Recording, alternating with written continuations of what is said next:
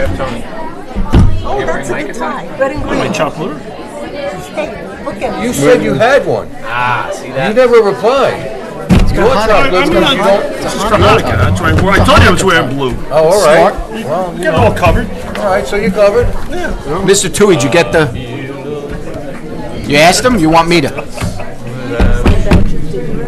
No, I gotta go down and do that tonight or tomorrow. Can I do it tomorrow? I got you. Okay. I'd like to welcome everyone to the December 3rd town meeting.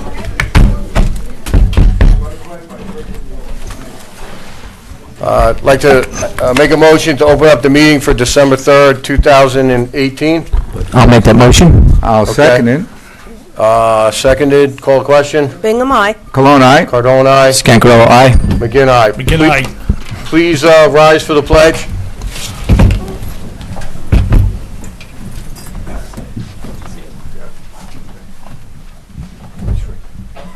I pledge allegiance to the flag of the United States of America and to the republic for which it stands, one nation, under God, indivisible, with liberty and justice for all. I got it covered. Oh, we usually steal. But you want to do Okay, that later? okay. Got it. I got it, You I got got it, guys. Prior to a moment of silence, I'd like to read the presidential proclamation announcing the death of George H.W. Bush. It is my sorrowful duty to announce officially the death of George Herbert Walker Bush, the 41st President of the United States, on November 30th, 2018. President Bush led a great American life, one that combined and personified two of our nation's greatest virtues, the entrepreneurial spirit and a commitment to public service. Our country will greatly miss his inspiring example. On the day he turned 18, 6 months after the attack on Pearl Harbor, George H.W. Bush volunteered for combat duty in the Second World War. The youngest aviator in United States naval history at the time, he flew 58 combat missions, including one in which, after taking enemy fire, he parachuted from his burning plane into the Pacific Ocean. After the war, he returned home and started a business. In his words, the big thing he learned from his endeavor was the satisfaction of creating jobs. The same unselfish spirit that motivated his business pursuits later inspired him to resume the public service he began as a young man, first as a member of Congress, then as an ambassador to the United States, chief of the United States Liaison Office in China, director of Central Intelligence, vice president, and finally president of the United States. George H.W. Bush guided our nation through the Cold War to its peaceful and victorious end and into the decades of prosperity that have followed. Through sound judgment, practical wisdom, and steady leadership, President Bush made safer the second half of a tumultuous and dangerous century. Even with all he accomplished in service to our nation, President Bush remained humble. He never believed that government, even when under his own leadership, could be the source of our nation's strength or its greatness. America, he rightly told us, is illuminated by 1,000 points of light. Ethnic, religious, social, business, labor union, neighborhood, regional, and other organizations, all of them varied, voluntary, and unique, in which Americans serve Americans to build and maintain the greatest nation on the face of the earth. President Bush recognized that these communities of people are the true source of America's strength and vitality. It is with great sadness that we mark the passing of one of America's greatest points of light, the death of President George H.W. Bush.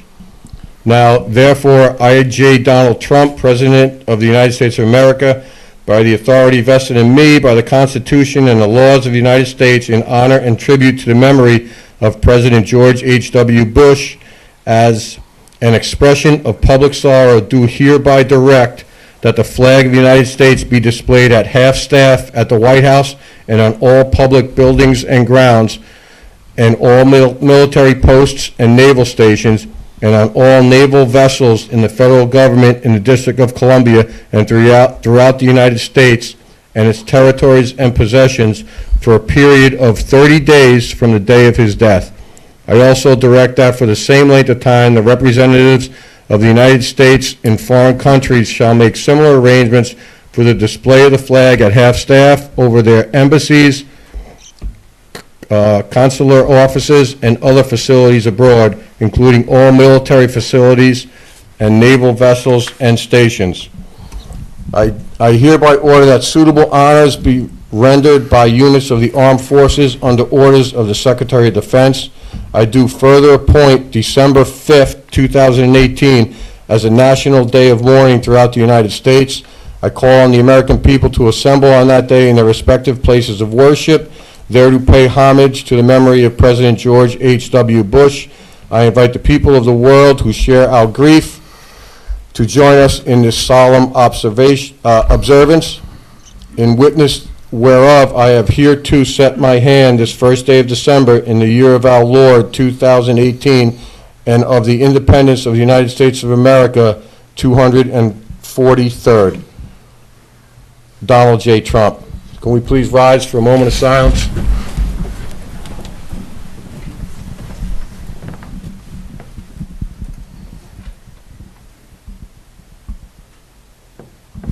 Thank you. And thank you for your patience. I know that was a long proclamation. Take a breath. Okay.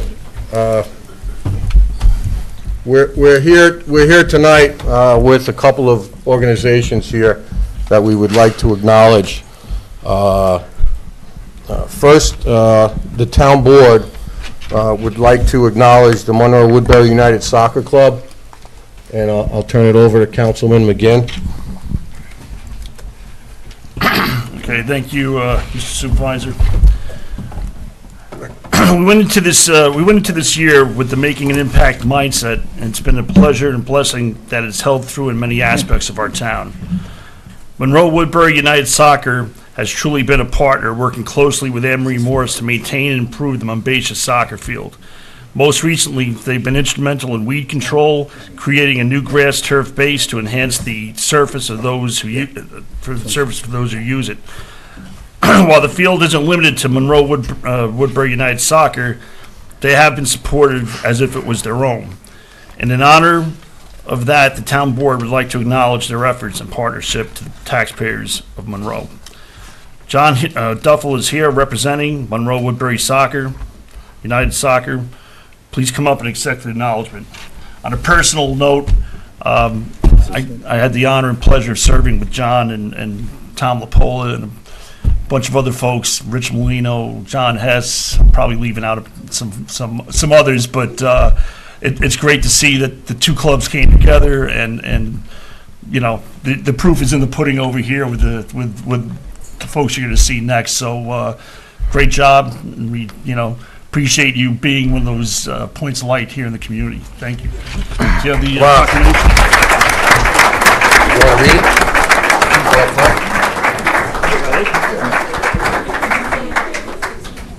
Oh, here, you want to do it? Here. Oh, good. You got it. You want to read it? No, go ahead. No, you go right ahead. Go right ahead. Please. Plenty of reading to go around here. We're making impact. Move to the center. You're going to take up the whole thing. Is this thing? Yeah, okay. We got this, right? Okay. Making an Impact Award presented to Monroe Woodbury United Soccer Club in recognition of your outstanding efforts and contributions to the benefit of the Mumbasia Park Soccer Field and the town of Monroe community. We'd like to present you with this award, and of course, to make a hole in your next sport jacket, this wonderful pin. And of course, our heartiest congratulations and thanks for making Monroe just that much better. Thank you.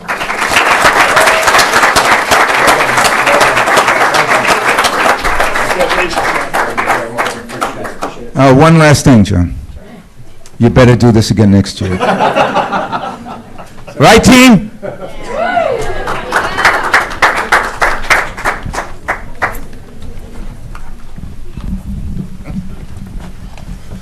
Okay, we thought it was apropos that some of you who probably played in the league, that we acknowledge the United Soccer Organization tonight as well. So, can we have Mayor Dwyer and Mayor Dwelly come up here? Trustee Hall, I'm sorry. They didn't play soccer, did they? Oh, no, I'm sorry.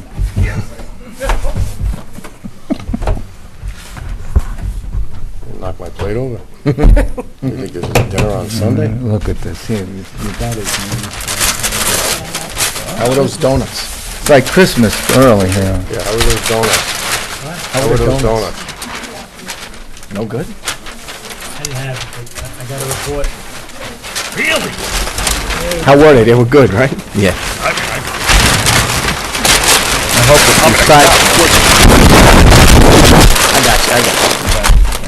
You got another one? Yeah, I'd like, Oh,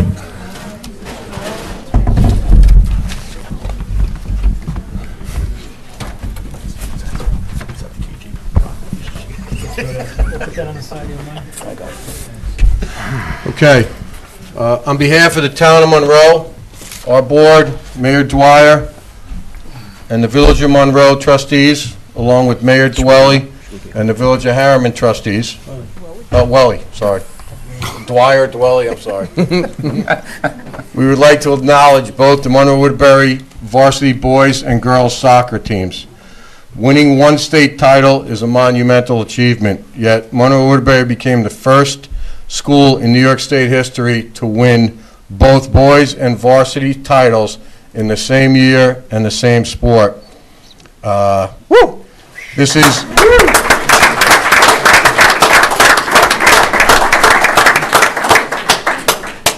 this is an extraordinary and prodigious accomplishment. The time, effort, sweat, tears, in addition to the dedication, teamwork, and sacrifice that you all had to endure, are what carried you to such a great feat. We thank you for helping bring together our community in an unparalleled way with dignity and character. Remember to stay humbled and continue to make positive impacts in the lives of others and the lives of our youth, and to those who you may come in contact with. Congratulations, and now I'd like Mayor Dwyer, Mayor Welly to read the proclamations.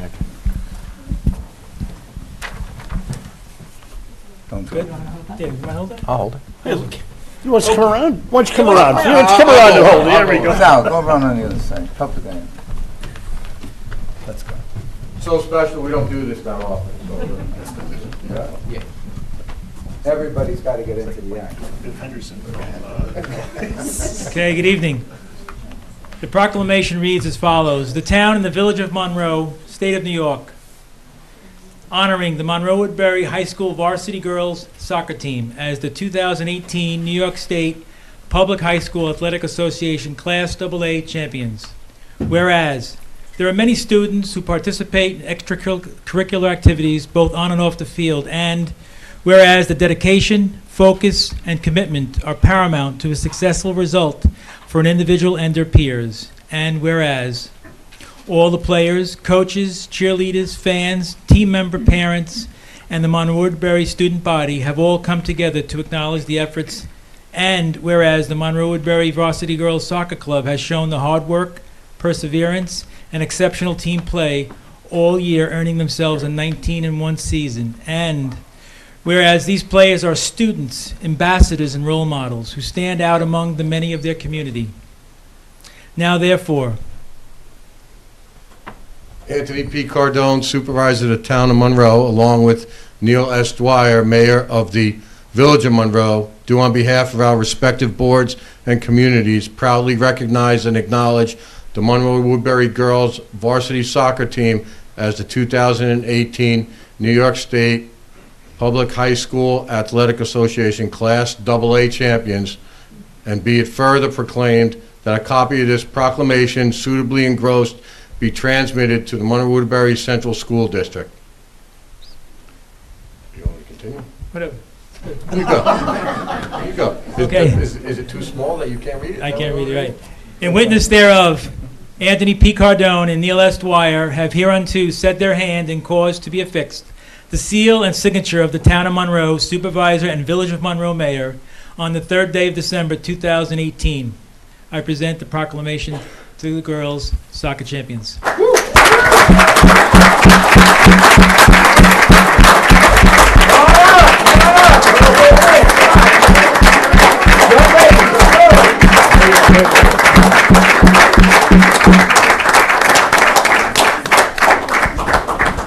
on, you gotta get on YouTube now. You gotta get this,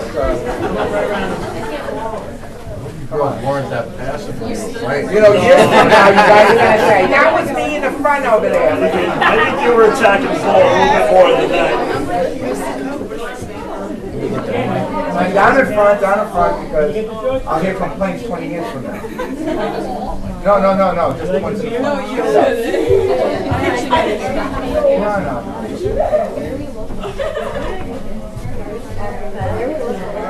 That tall guy out there with the camera.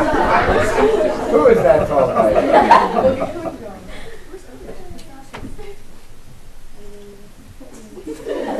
You get that straight on, George? Yeah, coach. That's it. Coach. Oh yeah, come on, coach. Come on, coach. Come on up. Give him the microphone. Should I got it. Coach. Now, wait. We don't need the long, lengthy talk.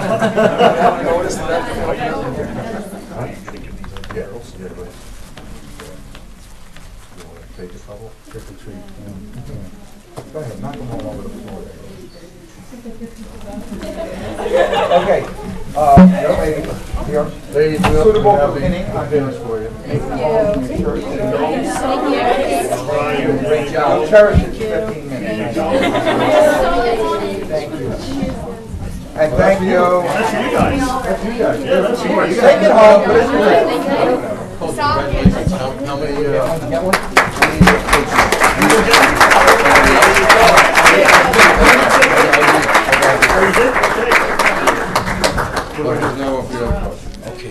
Okay. Thank you very much. Yeah, oh, great. Awesome. No problem. Want a picture? Coach? Coach, yes. All right. In the middle. You get in the front right. It's not a wanted poster, you know. Okay, everyone, look over here, please. Right, so she has all the names and everything. Congratulations. Good.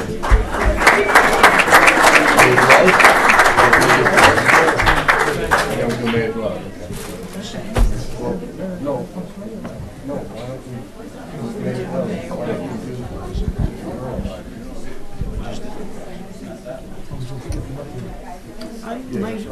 My fire district computer is attached to me. So when I switch computers, I do that. I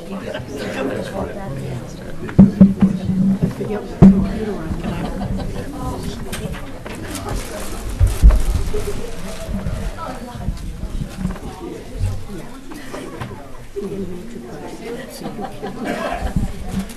Good evening. The Village of Harriman State of New York proclamation honoring the Monroe Woodbury High School varsity boys soccer team as the 2018 New York State Public High School Athletic Association Class AA champions. Whereas there are many students who participate in extracurricular activities both on and off the field, and whereas the dedication, focus, and commitment are paramount to a successful result for an individual and their peers, and whereas the Monroe Woodbury varsity boys soccer team has shown the hard work, perseverance, and exceptional team play all year, earning themselves an undefeated season. And whereas all the players, coaches, cheerleaders, fans, team members, parents, and the Monroe Woodbury student body have all come together to acknowledge these efforts. And whereas these players are students, ambassadors, and role models who stand out among the many of their community.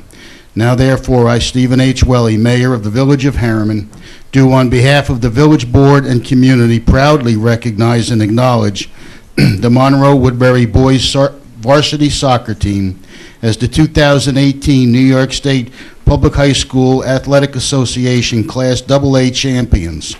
and be it further proclaimed that a copy of this proclamation suitably engrossed be transmitted to the Monroe Woodbury Central School District. In witness thereof, I, Stephen H. Welly, Mayor, have hereunto set my hand and caused to be affixed the seal and signature of the Village of Harriman on the 3rd day of December 2018, and it's also signed by all the village board members. Congratulations.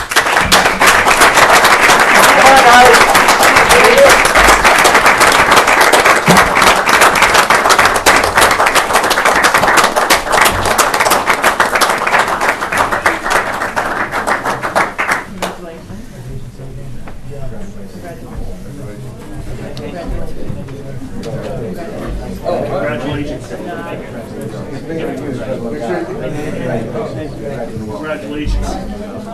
Congratulations. Congratulations. Good work. Congratulations. Good work. Congratulations. Everybody got one? Yeah, a lot of guys have practice, work and stuff. So how many, you got one? Thank you very much. 2, 3, 4, no, because I gotta give some to the girls. No much money here, like the village. That's another one. He's just piles them up. 14, how many on the team? 14 notes.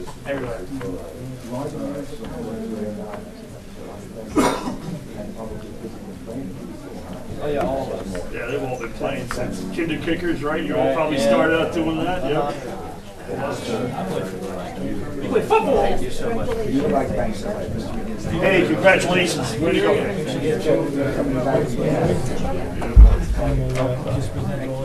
Come out, Steve, get in the middle of these guys.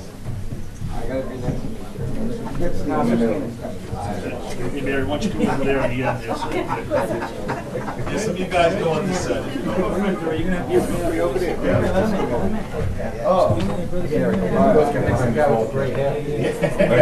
Well, listen, Let's do it. Let's do it. Here we go. don't worry about it. It's cool. Tell them. We're good. All right.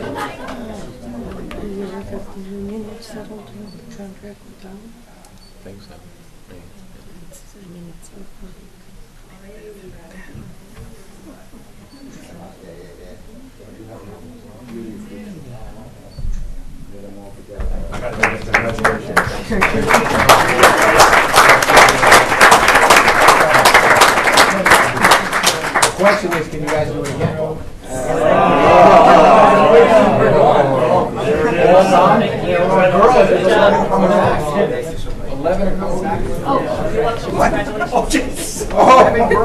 Why don't we just give them? Oh, my God. Yeah. Oh, okay. You know what I meant. Okay, but before you leave, I would like if you could stay for our county legislators' presentation, but which is the one that wasn't able to get framed? Boys is there, I have the girls here. Okay, so we have the girls' proclamation from the Village of Harriman. The boys' one we still have to frame, and we'll get it over to you, Coach, okay? So, for the minutes and the record, just give me 1 sec, Pete, all right? I'd like to read the names of the girls' soccer team. Head coach, Bill Pasakis. Assistant coach, Kate Santiorani. Did I botch that? Yeah, it's okay. Come on, you can't say the Italian name? Santoianni? All right. Elizabeth Allen, Kayla Bauer, Kristen Contier, Nicole Conway, Alexis DeLeo, Jaden Earl, Jillian Fabro, Angela Feeney, Kayla Harvey, Taya Harvey, Emily Harwood, Amara Hatsis, Ashlyn Hatsis, Cassie Hinner, Hannah Kelly, Chloe Kensel, Marissa Key, Colleen Kinsella, Kylie Kirkpatrick, Kylie Metcalf, Gabrielle Pasakis, Catherine Mullins, Kaylin Salato, Josephine Source, Alyssa Suflita, Nicole Amish. Is Nicole here? No. And Kayla Goodwin. Congratulations.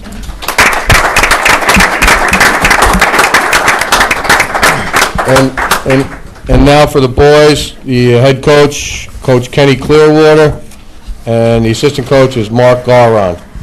Players, Dylan McDermott, headed for Marist fame. Thank you. Way to go, Dylan. Kyle Chrisman, Joseph Natsu, Tyler Koblish, McKinley Ellis, Christian Hess, Michael Sullivan, Connor Pyatt, Joseph Olivet, Nolan Kelly, Chris Valet, excuse me, Akeel Collins Brown, Colin Lagarde, Jesse Schwartz, Michael McNamee, Christian Garaka, Jordan Gollinger, Christopher Ryan, Christian Garner. Oh boy. Yeah. All right. Ten. Tametni Tata Narte. It was close? Okay. Eric Shippey, Connor McSherry, Brody King, Patrick Gillen, Petro Klish, Dylan Tarasenko, Mason Yamamoto, and Luke Laria. Congratulations.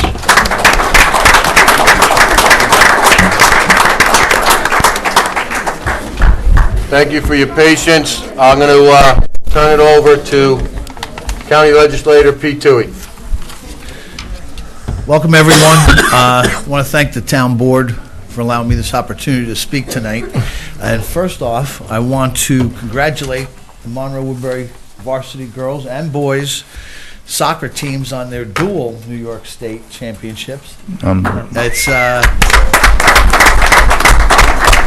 truly a monumental achievement that the likes of which the state has never seen before, Monroe Woodbury has never seen before, to have both come winning it. And it's a fantastic achievement, and I congratulate you, all you and your friends and your families and everyone. And then also, I don't know if you know it yet, but I hope you do, because I got an RSVP today that about 30 or 35 of you guys will be up on Thursday, this Thursday, December 6th, at the Orange County Legislative Session. It's our December session at 3:30, honoring you, the student athletes, in the county building. The session's at 3:30. It's open to all. All are invited. So come early and stay late if you'd like, and we'd love to have you. That being said, too, I just have a couple of quick updates. And I just wanted to say that over the last week, the Supervisor Cardone and myself, we were up at the retirement reception for Senator Bill Larkin. Senator Larkin's retiring after 40 years, 4 decades of service to us here in Orange County. He's always been great to Monroe, taking care of us with different things. I remember in the old days, you'd hear some of the older people around town calling him Dollar Bill, because he could bring the funding home for everybody here. And he continues to work. He continues to work to this day. He's out on December 31st, but the board and the Supervisor Cardone would know that with the upcoming events that you have going here with the new town board building, and Senator Larkin was a huge help right up to the end of his term here. I also had the pleasure of attending the Monroe Woodbury Cares Day and sat in on 5 speaker presentations which were uplifting, encouraging, and inspirational. And from what I understand, the day was a tremendous success. So I know that they're going to be doing that again. Anybody that has a chance to get down there for that, I recommend it. Just as the town has done, the county, our budget is all set for 2019. The legislature passed it on November 15th, and it's been sent to the county executive for his signature. And we expect that back. I think you have like 2 or 3 weeks for him to sign off on it. And although he's away on military training, I think he may be back in time. If not, the acting county exec will be taking care of that. Also, some highlights that were in the budget for this year: security for public schools from the sheriff's office. We're going to, in Monroe Woodbury, we'll be getting a new satellite clinic for the Monroe Woodbury School District, and that's from the Orange County Department of Mental Health. These are on-site clinics that they have several of them around the county. Middletown up for this year, it's kind of a lengthy process with the state. You have to get a state permit to operate this clinic, and that takes about 6 to 8 months. So Middletown is just wrapping theirs up right now. They applied in June. And then also on the list with Monroe Woodbury is Chester High School. Along with providing school security options that are available now, or will be in the future, to further help our schools' safety. And that's we have instituted per diem deputies that are available to all the school districts around the county, and are also looking into some future mutual link. It's a camera system that sets up that links all the schools in the district right up at the Emergency Services Center. Hope to see many of you on Thursday. Want to wish everyone a happy Hanukkah and a Merry Christmas and happy holidays, and everyone be safe. Thank you. Thank you. If you guys like to leave, believe me, the rest of the night is boring. We don't want to put you to sleep, you know. Congratulations Thank you again. very much. Congratulations. Way to go, Coach. Hope to see you in the Olympics, ladies, gentlemen. Like to see a repeat, ladies, repeat. Okay, so we have, our next item on the agenda is the audit of claims. And we need a motion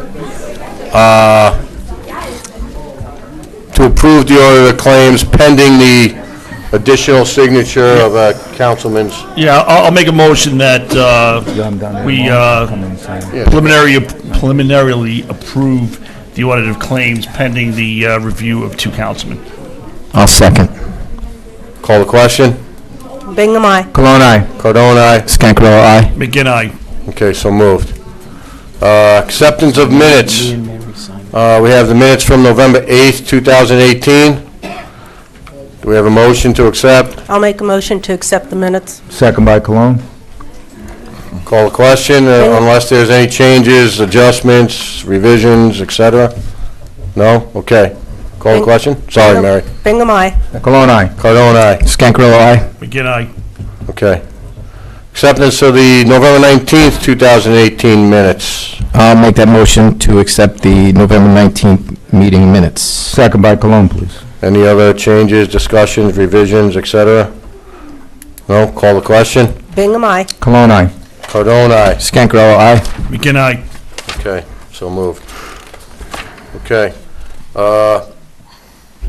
With respect to the purchase of Town Hall,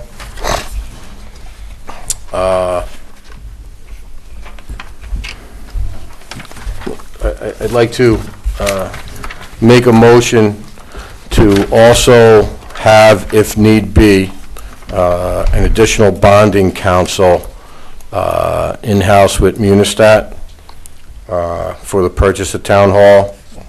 It was recommended by our attorney that we pass a resolution on that, so that if need be, we would use the bonding counsel in-house. So I'll make that motion. I'll second. Brian, can you possibly search, because I don't have my phone on me, what the actual official name is? Yeah, you wanna come back to it and just, I'll find it in the meantime? Okay, that's fine. You wanna put that one on hold? Okay, so we will, I'll withdraw that motion for the time being. Okay, next item is the 2019 Town Board meeting dates. Madam Clerk, would you like to read those dates? Yes, I will. Okay, January 7th will be the reorganizational meeting, and then January 14th. These dates are Mondays, with the exception, I believe, of one, which I will let you know when we get to it. February 4th and 25th, March 4th and 18th, April 1st and April 15th, May 6th, May 20th, June 3rd, June 17th. In the month of July, there will be one town board meeting. It will be July 1st. And in the month of August, there will be one town board meeting. That will be August 5th. September is going to be, and this is where I have to check the date. It's going to be determined either the 3rd, 4th, or 5th. So the first meeting in September, the board has not actually set. It will be one of those dates. We just haven't determined which one. Also September 23rd. October 7th and 21st. November 7th is not a Monday, it is a Thursday, and that night is also the budget hearing. So that's the last day we can have the budget hearing. So that's why the meeting is that night, due to the general election being on that Tuesday. And then November 25th, and then one meeting in December, December 9th. So all the board has to do at some time going forward is decide on that September, the first meeting. Okay, so I will make a motion to approve all those dates with the exception of the September 3rd, 4th, or 5th, which would be determined at a later date. Do I have a second? I'll second. Any other discussion? Call the question. Bingham, aye. Cologne, aye. Cardone, aye. Scancarello, aye. Begin I. Okay. Back to the bonding council. So I'd like to make a resolution to approve Hawkins, Delafield, and Wood as prospective bonding council for the purchase of the new town hall. Second? I'll second. Any other discussion? Call the question. Bingham, aye. Cologne, aye. Cardone, aye. Scancarello, aye. Begin I. Okay, so moved. Next up, Madam Clerk, would you like to read the proposed holiday calendars for both non-union and then for union employees? Okay, the proposed 2019 holiday calendar for non-union employees is as followed. Tuesday, January 1st, New Year's Day. Monday, January 21st, Martin Luther King Jr. Day. Tuesday, February 12th, Lincoln's birthday. Monday, February 18th, President's Day. Monday, May 27th, Memorial Day. Thursday, July 4th, Independence Day. Monday, September 2nd, Labor Day. Monday, October 14th, Columbus Day. Monday, November 11th, Veterans Day. Thursday, November 28th, Thanksgiving Day. Friday, November 29th, Thanksgiving observed. Tuesday, December 24th, Christmas Eve, a half a day. Wednesday, December 25th, Christmas Day. And that, I don't have my mouse, so this, thank you. That's for the non-union. Proposed 2019 holiday calendar for the Town of Monroe union employees is as follows. Tuesday, January 1st, New Year's Day. Monday, January 21st, Martin Luther King's Jr. Day. Monday, February 18th, President's Day. Monday, May 27th, Memorial Day. Thursday, July 4th, Independence Day. Monday, September 2nd, Labor Day. Monday, October 14th, Columbus Day. Monday, November 11th, Veterans Day. Thursday, November 28th, Thanksgiving Day. Friday, November 29th, Thanksgiving observed. Wednesday, December 25th, Christmas Day, and then Day of Employees' Choice. Okay. So can we get a motion to approve those? I'll make a motion to approve the holidays as read by the town clerk.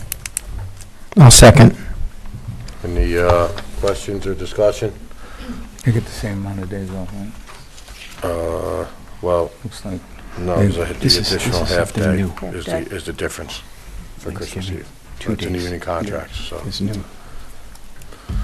Okay, call the question. Bingham, aye. Cologne, aye. Cardone, aye. Scancarello, aye. Begin I. Okay, so moved. Next item is is discussion on the accessory apartment code. Ben Maldonado, our building inspector, would you like to come up, please?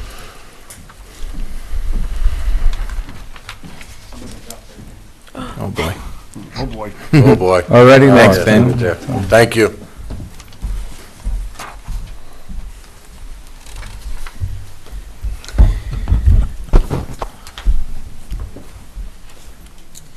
Okay, well, I'd like to thank the town board for allowing us this opportunity, or myself, this opportunity to be here in front of you to talk to you about a couple of issues that we're having with the applicants with the accessory apartments. They're going before the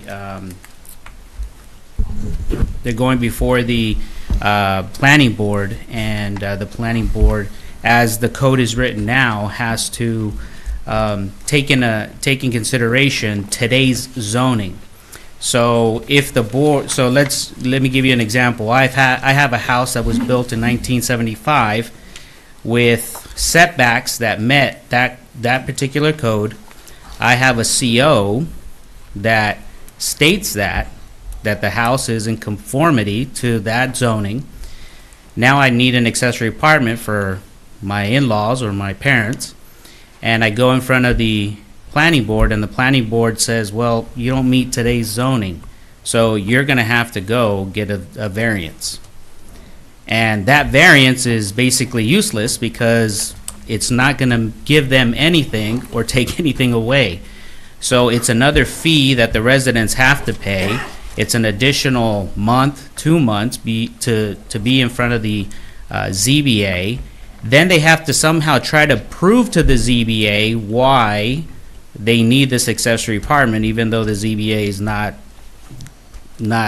supposed to be addressing those issues. And we've had an occasion where somebody was turned down because the ZBA didn't feel that it was necessary to give him that variance. So he couldn't even go back in front of the planning board because they didn't accept those variances, and according to the way the code is written, the poor resident is pretty much stuck with that because they can't waive that. So that's just a classic example. This whole process is taking a little bit more toll on the poor people that really do need these accessory apartments. So, of course, when a code is written, usually what happens is there's a time period that goes on, and then you start to discover, hey, maybe we need to make some adjustments on this particular code because it's not working out to how we thought it would work out. Now, in the big picture, the only thing wrong with the code, the way it was written before, was the fact that it didn't put square footage limits, and it allowed you to build wherever you wanted. So the way the old code was written, they would come to the building inspector, and because there was no square footage requirements and limited to 1 bedroom, you kind of left the book open. And unfortunately, previous boards knew about that and just decided not to do anything about it. Now, I'm asking the board to take a look at some of these issues and maybe reconsider the way the code is written now. Most of the code is written fine. There's not many objections. One objection that the building department does have, and I see it on a day-to-day basis, because after they get frustrated with the planning board, with the zoning board, guess who they're going to come in to talk to? And they're mad at me because I have to enforce this code. Unfortunately, like I tell them, the way the code is written right now, I have no enforcement power because it's the planning board's decision to make these decisions. So I'd like the board to consider at least, I believe we made copies. Jennifer made copies for the board, if you guys have it in front of you. It's under section 5744, section A, accessory apartments. And of course, the first section, number 1, tells us the reason why, the purpose and the intent of this section.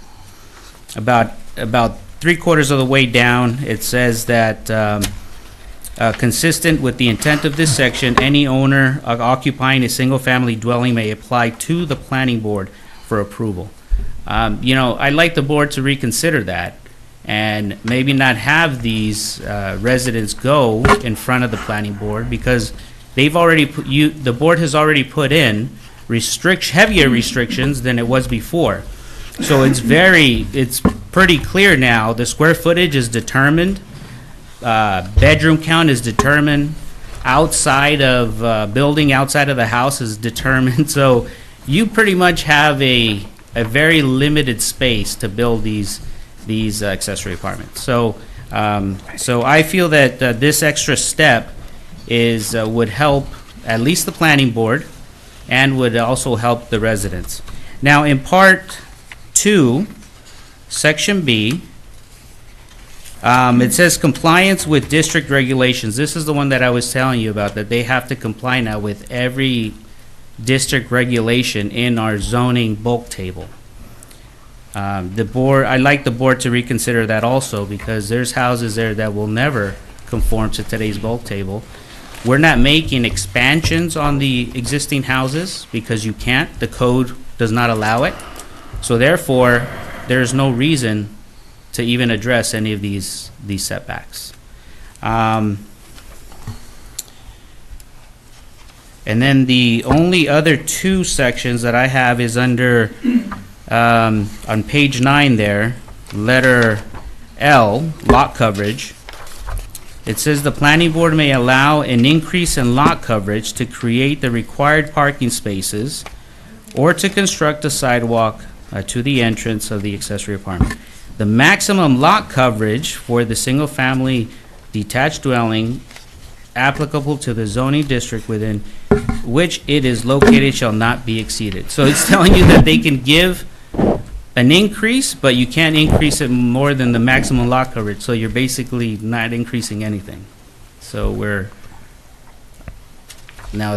I think it's a little contradicting that section. So we might want to take a look at that. And then the other section is where on page 11, number 6, where it states that the planning board shall direct that the accessory apartment created pursuant be vacated. The planning board has no enforcement power. So even if the planning board wrote a letter by the attorney, there's really no enforcement power. So we might want to look at that also and see if we could adjust that. Where was that on page 11? On page 11, number 6. Okay.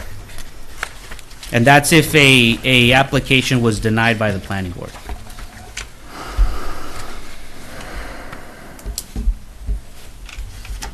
Okay. Does anybody have any questions? Well, my question, or it's more of a comment, I'd say most of the homes that are built are not really built on a real acre. So they're already going by the old code, which was 40,000 square feet. So anybody whose home is built on less than a real acre, they're going to have to go before the ZBA because they're not conforming. Not conforming, thank you. Yeah. Okay. Yeah. So even if they met all their setbacks, even if they had 50-foot front, 60-foot back, 20 and 25, they would still have to go because their lot is not conforming to the real acre now, where before it was allowed to be 40,000 square feet. So again, where it could have been an easier process, now they have to go through this other process and spend more money, more time to try to get a variance that they will never benefit from.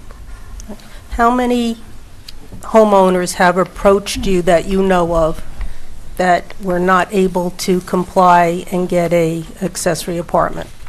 So far, just one. Just one. And how many in total have applied? I believe about 4 or 5. Okay, so we're Yeah. talking maybe But 20%. Yeah, I don't know all of them because, again, they don't come to me. It's a direct application to the planning board right now. Right. So I kind of get it after the fact when there's issues and there's problems and they're calling me to see how to address them, and there's Right. really nothing I can do. Okay. Can you just explain what you mean when you say that they're going to go for a variance that they won't benefit from? Right, so usually what happens is a homeowner will go in front of the ZBA because the building inspector denied them a building permit for something that they would want to do, and the zoning does not allow it. Let's put an example. I want to put my pool in my front yard, and the zoning says that you can't put your pool in your front yard, that it has to be so many feet away. So I deny it, but they have the option to go in front of the ZBA to appeal it. So the resident goes in front of the ZBA, states his case. Why do you need it here? He explains to the ZBA, and the ZBA has to take in consideration these 5 questions, and then at the end, they make a decision whether to allow it or to deny it. So that resident would benefit from that positive decision by granting that variance, because now they're going to be allowed to have a swimming pool in their front yard, where maybe their neighbor might not ever. So in this particular code, you're going to get a variance, and you're not even asking for it. It's just because the way the code is written, you have to comply to the zoning. So you're not benefiting from anything. It's not like you can move your house 10 feet back because your house is on the foundation. It's not moving. So it's pretty much set. There's a CO that says that your house conformed to the zoning of that time when it was built. So that CO should be sufficient enough to at least let the process continue. Maybe I'm missing something. I just want to correct me if I'm wrong. So why are the setbacks an issue if they're building within the existing existing foundation of the house? Why, you know, like I know what you're saying about the builder's acre, but I don't understand. It's not like they're putting an addition on that's changing the setbacks, right? I mean, what? That's correct. So what the zoning changed in certain areas, and because the zoning changed, now lot coverage is a lot smaller. Where before you had a grandfathered lot that only needed 7,500 square feet of buildable area, 30 foot in the front, 30 foot in the back, 15 feet on the, 12 feet on the sides, and 15 feet on one side. They took away the grandfather clause. So those were allowed to be built under that particular section of the zoning code. Because they took it away, now, even though you're within that footprint, now the code requires you to have 40-foot front. But because your house is only 30-foot setback, you don't meet today's current zoning. But you're not benefiting from anything. It's not like you're asking special permission to have your house there because it was already allowed there under another zoning set. So it's basically a conforming, non-conforming issue. Exactly. Mm-hmm. Anybody else? Okay, thank you, Ben. Okay. We'll take it under consideration. Okay. Thank you very much. I'd like to ask Mr. Nugent's opinion on this. Sure. Yeah, I don't know that I have a question. I mean, it's a suggestion from the building inspector. Right now, the code basically does say, no, if you don't meet the bulk requirements, you can't have an accessory apartment. The board could change that. I would recommend that you get something, if you haven't already, in writing with each of these items that Mr. Maldonado is recommending, telling us what his recommendations are, what he thinks should change, and the problems, he's run into. And so this way you'll have something concrete. I don't know that I'd do it based on just the conversation tonight. So we know that we've gotten all of his concerns in writing and his recommendations. Yeah, if Mr. Maldonado, Ben, if you could do that, that'd be great. Yeah. We'd like to, get that in hand and then consult with the planner, or town planner, to see. Obviously, they did the master plan. We approved it, of course, but we'd like to make sure it doesn't impact other areas if we decide to make that change. Yeah, that's not a problem. I can go ahead and do that. And I would suggest that... I mean, an email suffice. I mean, if you want to do a formal letter, that's fine, too. Yeah, and I would also suggest to ask the planning board and see what's happening during their meetings, and see how, how it's affected their meetings and the amount of people coming in front of them. Okay. Has anybody come up to you and said, hey, listen, I'm not even going to bother because I have to go before the planning board? Yes, a lot. Wow. So that kind of What goes was your back to question, my Mike? question. I'm sorry. I said my question has he been approached by residents that have decided not to even go the whole planning board route because they find it too, I guess, onerous? Yeah. And So- you're saying a lot of people have? Yes. So you've had 4 or 5 that went through the process already that you know of, but there could be another 4 or 5, Yeah, that just said, you know what, I'm not even going to go with that. okay. And why? Because of the bulk requirements, or? No, because of the lengthy process. Some people come in and they let's say they want to finish their basement, and have their parents come in, and we're talking about 6 months before, their parents come in and they need this space for whatever reason. And because it's going to take just about that or longer just to even get approved, and they only have a 50-50 chance, then they just walk away and just say no. Okay. Thank you. All right, thank you. Okay.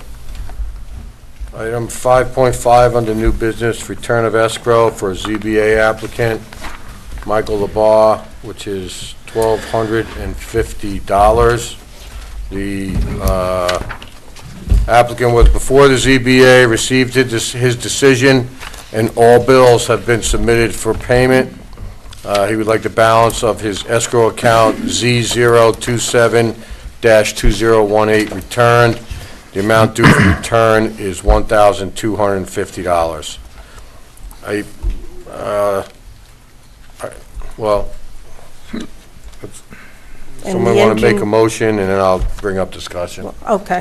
I'll make a motion to return $1,250 to Mr. Michael LeBar for ZBA escrow. Okay, I'll second it for discussion. The only concern I have, and this actually just came up Friday, is in the abstract of the audited vouchers, we had a bill from MHE, which was minimal. It was only somewhere in the neighborhood of $40 or $60 for the Leyva subdivision, which and I haven't verified because Noreen is out. Right. But their escrow was returned. So now that's something that we would pay that really shouldn't have been paid. And I don't know if it was a delayed billing issue. I think it is, because I believe the bill was from August. Okay, because we have a letter from the attorney saying there are no outstanding bills, but we don't have a letter from MHE. MHE. Yeah. So that's why what I would like to do is, if we do pass this, I would like, if you could, To amend it. Yeah, amend to say that MHE would have to sign off as well. Okay. Then they get it after they sign off. Yeah. Right. Yeah. Okay, I will make a motion that we return $1,250 less any outstanding invoices that need to be paid to MHE, and that would be a refund of an escrow balance to Michael LeBar. Okay, I'll second that. Any other discussion? Call the question. Bingham, aye. Cologne, aye. Cardone, aye. Scangarello, aye. McGinn, aye. Okay. Next item under old business, 6.1, is the discussion for the current fee schedule for the town of Monroe, as well as proposed increases. We want to discuss the implementation of a procedure going forward that would allow for the annual review of the fee schedule and adjustment if necessary. We would approve this fee schedule annually in January.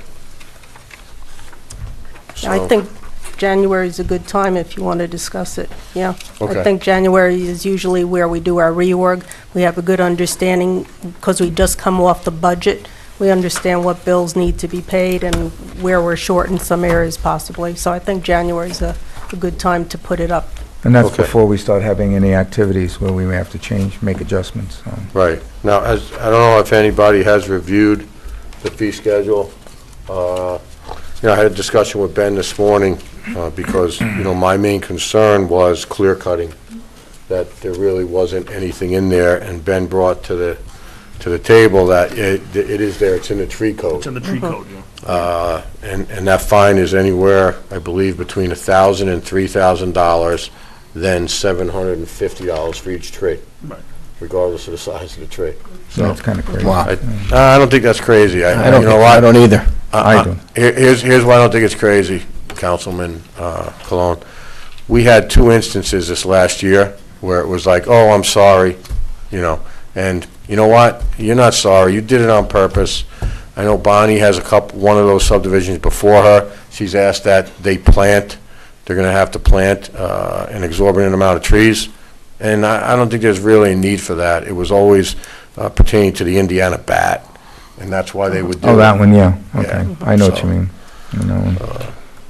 So I just worry about the single homeowner that wants to. Oh, too bad. Oh, Ben is still here. Can we ask him? Yeah, sure.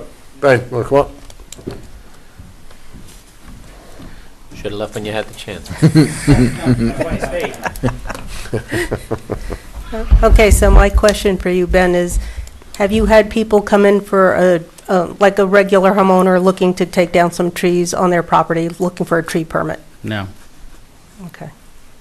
So it's, because I don't work Saturday and Sunday, so I'm sure that's probably when every tree great comes answer. down.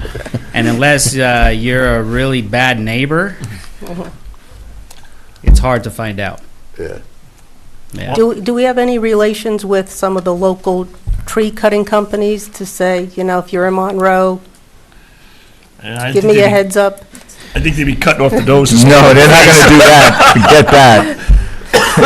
Yeah. Let us know so we can stop you. No pun intended. Not during No, I know this what you're season. saying. Right, just to have Yeah, kind of a yeah, little yeah. relation to, so that they're aware of what the tree code is and they're not going to be Yeah. taking down trees without getting a permit. Because again, it falls on our town. Now we're losing a vital resource, cleansing the air with these full-grown trees. Yeah. And they might be making some extra money on the side. There are a lot of dead ash trees, and I know our tree code allows for the removal of dead trees Correct. without getting the permit. So I just wanted to check with you if anybody's come in yet. No, not as of yet. Now, the tree code does allow a certain amount of trees, I believe it's 6 per year for you to cut down. So, Right. you know, the average homeowner, if he's going to cut down a tree, first of all, if you're going to spend money to cut down a tree, it's going to be because you feel that it's such a hazard that it has to come down. Or you could be like me and wait till till you got a storm and it takes it down for you, and then you're done. But 6 trees on one lot on one time, yeah, that's I could see one tree maybe coming down, and yeah. So there are provisions there for homeowners to cut down a couple of trees a year. It's not it's not so. And those restricted. 6 trees do not require a permit? No. Less than. Do the beavers require a permit? Oh, Jesus. Because they did one heck of a job on it. I don't know. Beavers? Oh, God. Oh, no. Couldn't help it. Thank Okay. you, Ben. Thank you, Ben, Thanks, very Ben. much. Ben. Okay. Yeah, I mean, really, the tree code, it was directed at Mass- people that were clear cutting. Yeah, clear cutting. Right. And trying to beat the Indiana bat deadline, or just Yeah, for trying to subdivisions. circumvent the code. And listen, this is why it was put into place, and Yeah. we're hoping that future developments that come in are more judicious about their clearing of trees when they are No, nothing wrong with a that. subdivision. That's the whole Right. idea. Okay. Next up, item 6.2, Water District 14. I would like to table that until January, and the reason being is Mr. Nugent and myself have been going back and forth for about a week and a half on this issue, and today he was able to ascertain and provide us with an exorbitant amount of reading. And it came in, I don't know if you saw it, it came in at like 2 o'clock, and I personally didn't have time to do it, so I think if we table it. I can tell you, to save you some time, that one of the issues that's in there was there's a financial analysis from the comptroller's office that was requested and I don't think has been performed. That's still necessary. Right. So that's the one item missing from that MP&R that was provided by MHE, the updated version. Yep. And so that's the first thing. The second is, it's not clear to me whether there was a reference to an application of the state comptroller. It's not clear if that was ever filed. There's a letter, I'm assuming it was, but the comptroller's letter says if you file this application with all of this information, send it back to us, basically, and I don't know if that was done. So that's the other piece we have to look at. So I actually have a meeting with the M Group, our accountants, on Wednesday, so I'm going to I'll bring that to their attention and see if they can provide us any of that financial information. Okay. Yeah, so I mean, I think there's nothing you can act on tonight, but just that's the the two pieces that I think, at least for now, are missing. Otherwise, there's pretty much everything there. I checked the lots. They all appear to be accurate and the same in terms of what's in the district. So it's really just completing the MP&Rs, the updated version that McGoey Hauser started. Okay. All right. All right. Thank you. And then we have, Okay, so I would, I'll make a motion to table that till January I'll second. 2nd. you need a motion for that, to table it? Yeah, we need, to table it. yeah. I'm not sure. We need Is a that Rick? motion and a Did Rick second. second it? Yeah, No, no, you did. Sal did. Oh, Sal did? Sal did. Call the question. Bingham, aye. Cologne, aye. Cardone, aye. Scangarello, aye. McGinn, aye. Okay, so moved. Okay, public comment. Lorraine Loning?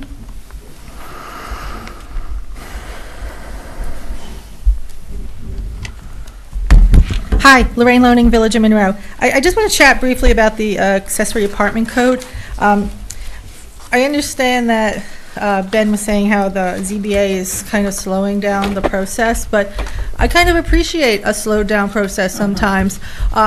In the past, I used to attend the ZBA diligently, and whoa, those variances were handed out like candy. So I understand that the tide has changed a bit with the ZBA. So before, I would be reticent to just boom, change it to how Ben is suggesting it. I don't know if the ZBA has some oversight, or you can see how they're conducting. I know they're independent, so maybe they don't have oversight, but a slow down process I don't think is something too objectionable, particularly when it's about the accessory apartments. We just spent a good amount of money on the code. One person, well, I mean, if you're that one person, it sucks, but one person really, I don't know if it's at a threshold that we should be looking at changing the code. So I think maybe, slow down the process a little. Okay, thank you. Thank you. Dan Burke? Wow. Just a point of order with my previous speaker. I was chairman of the ZBA, and I didn't give anybody candy. But anyway, I want to say something very positive about the theater. It's up, it's running, it has been saved. The flagship cinema is going to open up a 6th screen soon, so that's wonderful. It's good for the village, good for the town, and that's the big picture. Now, anything else, any other carping I have about the finances, we're talking about tax money, it is important.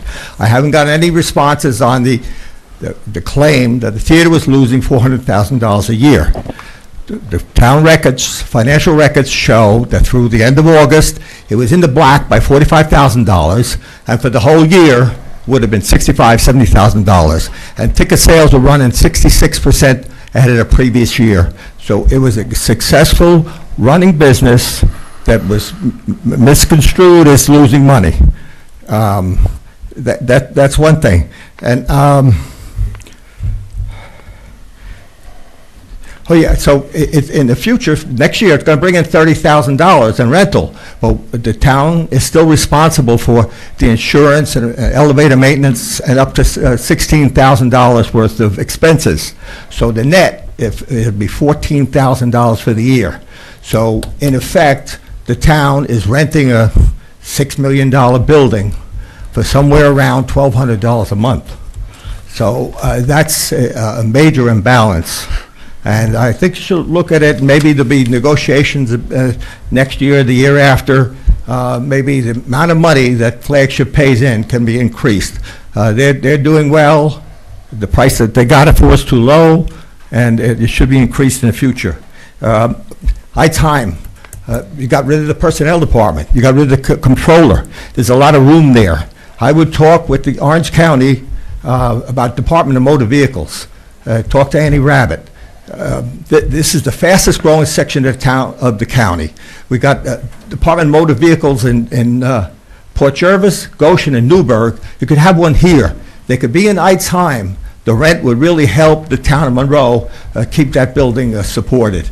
And there might be other agencies in the state and the county that might want a room there that we could rent to them. And also, now I see that the dog control officer is being let go. And I don't see anything for handling dogs in Monroe. I'd like to hear the explanation of how that's going to be handled, because there are dogs in Monroe, they get loose sometimes, and we need to enforce licensing. And we're going to do this with no staff whatsoever. Anyway, thanks for listening, and thank you. Thank you. Thank you. Ward Brower?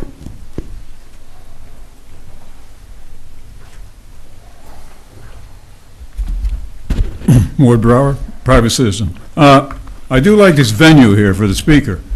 When you watch it at home, you see the back side of the speakers. Not always the most glamorous presentation.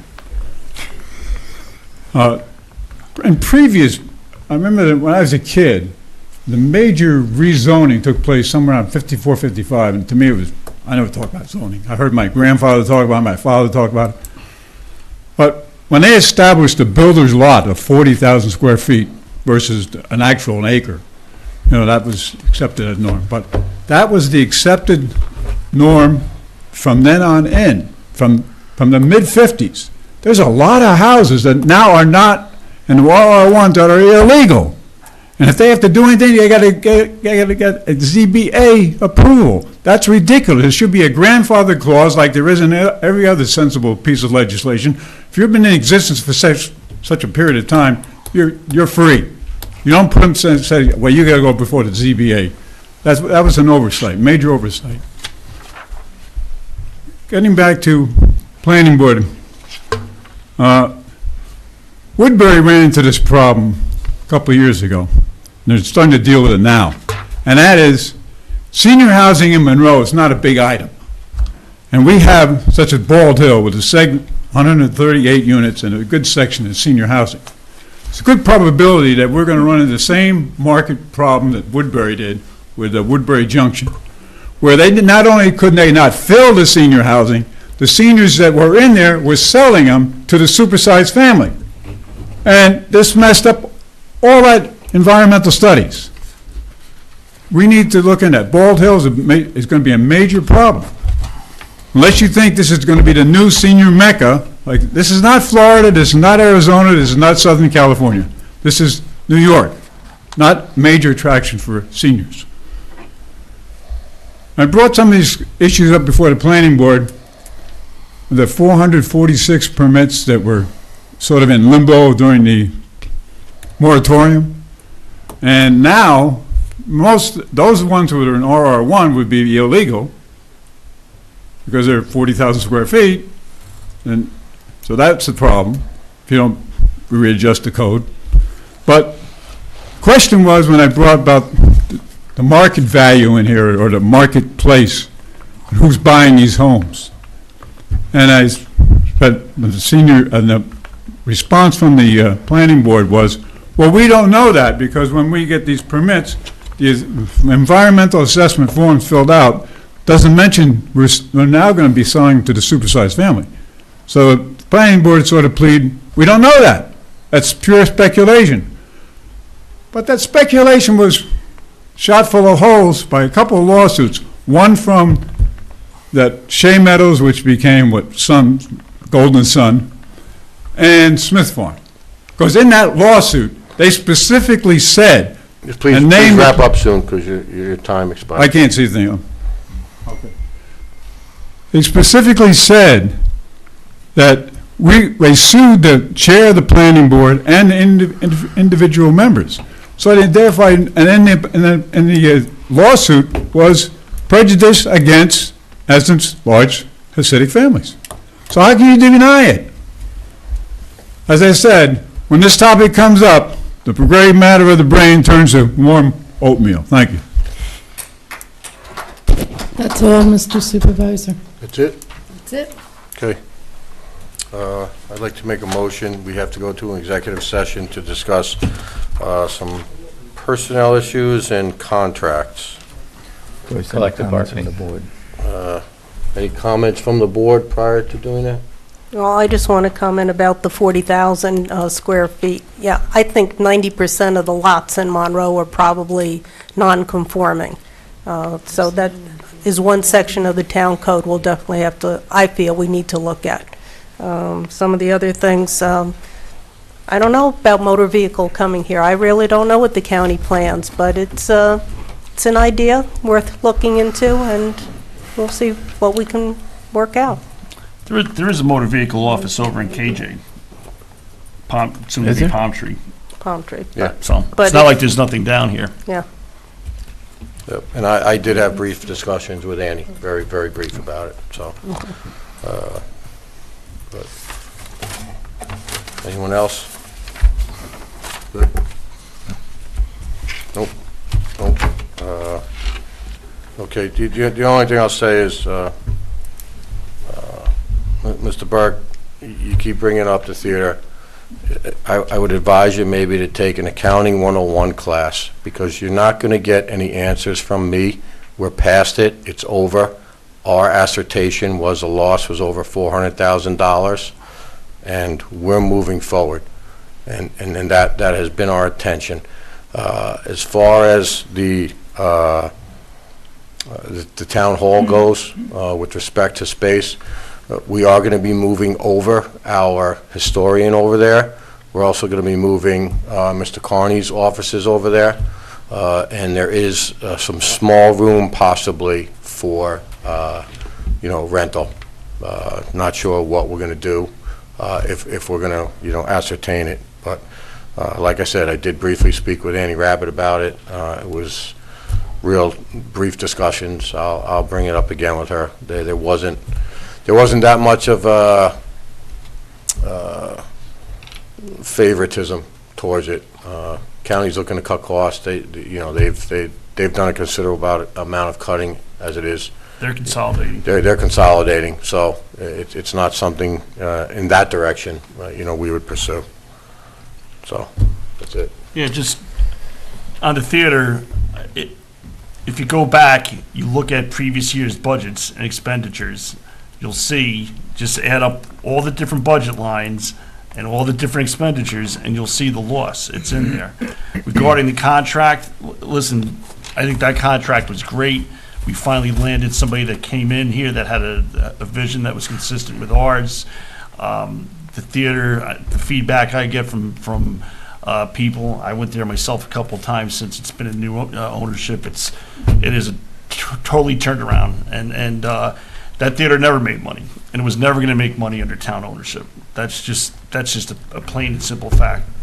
Don't mean to be disrespectful, but that's just, it belonged in private hands. It's in private hands now. Down the road, I'm sure they're going to, if things go well with it, they will look to purchase it, and then it'll be totally in private hands. And And back on the tax rolls. Then back on the tax rolls, and if they do, it will be a fair market value. So, Listen, listen, it's a win-win for us and for the community. So, it may not get sold. It's leased right now. It's that amount of money, and it's off the books that we don't have to pay expenses on. Yes, the theater was saved. Yes, we do now have a theater that's being run by people who run theaters. So I think in the end, I truly believe that the town will get benefit out of it. I know the citizenry will get benefit out of it. I think it'll be a win all the way around.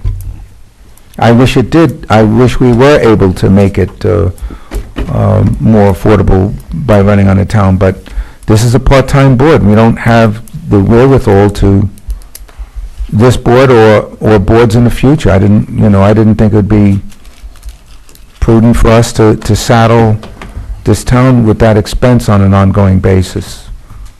So I think it'll work out in the end. That's all I got to say. Is that it? That's it. Just Supervisor, if I may, for Lorraine's benefit, if there was a change, just so you know, and maybe you already know that, in the accessory apartment law, first, Ben would make his recommendations, it would probably get planner input, then there would be a public hearing set, because it's an amendment to the local law, it would go to the county planning department, so there would certainly be a lot of process and an opportunity to comment. That's it. Okay. Let's go. Okay, I'll make a motion to go into executive session. I'll second. Call the question. Bingham, aye. Cologne, aye. Cardone, aye. Scancarella, aye. All right, again, thank- I Thank you. Thank you for attending tonight. Thank you, everybody. Oh, I'm going to have to say happy holidays Thank you. at the end. You gonna take this? I make a motion to come out of executive session, back into our regular session. I will second that motion. Call the question. Bingham, aye. Cologne, aye. Cardone, aye. Scancarello, aye. Again, aye. Okay, so moved. Okay, I have the extension of the intermunicipal agreement between KJ and the town of Monroe for just snow plowing services. We've received a check and a signed contract from Gedalia Segadin of the village of Kairos Joel. The fee per month is $48,000. There's also a $50,000 payment that was made from the contract last year that was owed, and there's also a $5,000 stipend that was paid. So we have two checks. First one consists of $98,000, second one consists of $53,000, and then there will be three additional payments of $48,000 for the services. So could someone make a motion authorizing me to sign it? I also have a certificate of insurance from them, which just has to be amended as far as the street address goes. I'll make that motion. I'll second. Any other discussion? Call the question. Bingham, aye. Cologne, aye. Cardone, aye. Scancarello, aye. Again, aye. Okay, so moved. Next, dial-a-bus. So I'd like to make a motion to accept the intermunicipal agreement, Town of Monroe and Woodbury dial-a-bus services for 2019. I'll second that.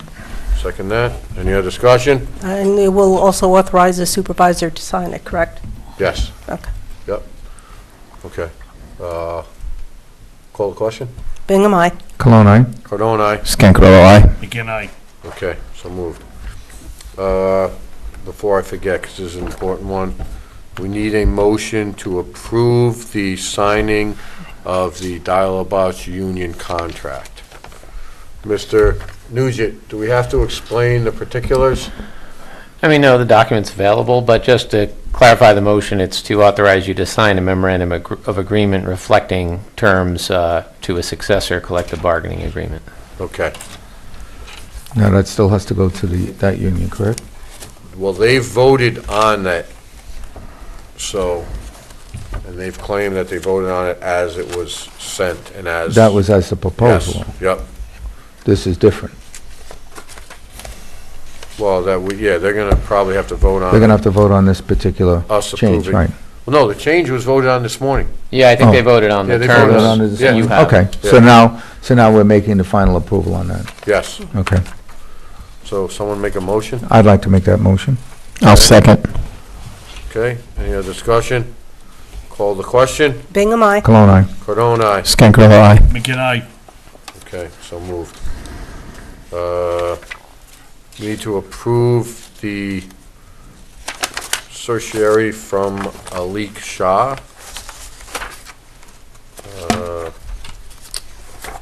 Hold on one second.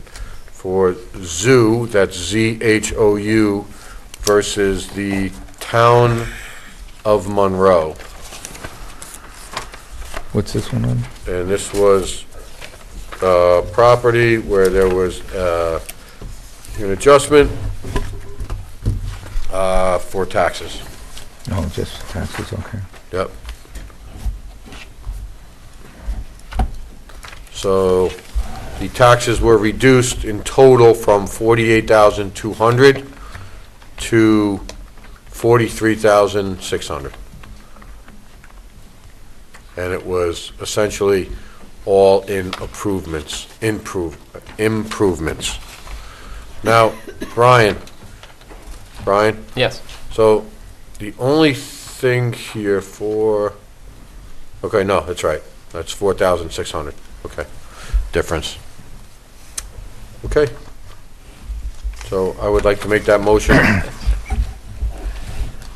to authorize Alik Shah to sign that. I'll second. Call the question. Bingham, aye. Cologne, aye. Cardone, aye. Scancarello, aye. Again, aye. Okay, so moved. Do you want me to take care of these personnel issues? Yes. That'd be great. We have two requests to carry over vacation days from two different employees.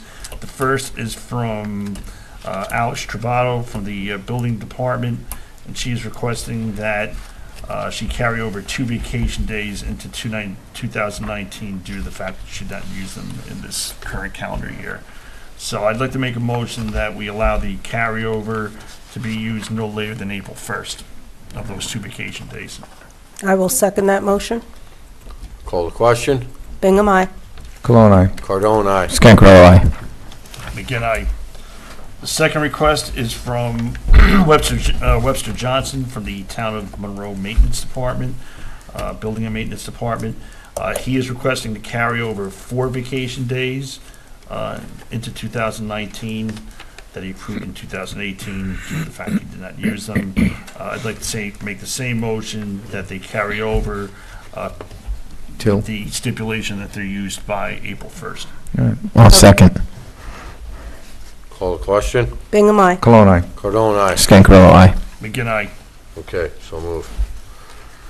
Mary, you had, Okay, I'd like to make a motion that we accept an intermunicipal agreement with the town of Woodbury for dog control services for 2019, and to also authorize the supervisor to sign it.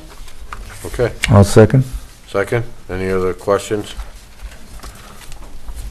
No, call the question. Bingham, aye. Cologne, aye. Cardone, aye. Scancarello, aye. McGinn, aye. Okay, so moved. And the Last last 2 items I have is I'd like approval for Dial-A-Bus to have 2 buses present on April 27th for the Clean Sweep event. 2 buses, 2 drivers from 8 a.m. to 12 p.m. 4 hours. That's a motion you're making? That's a motion. I'll second, please. Any other discussion? Call the question. Bingham, aye.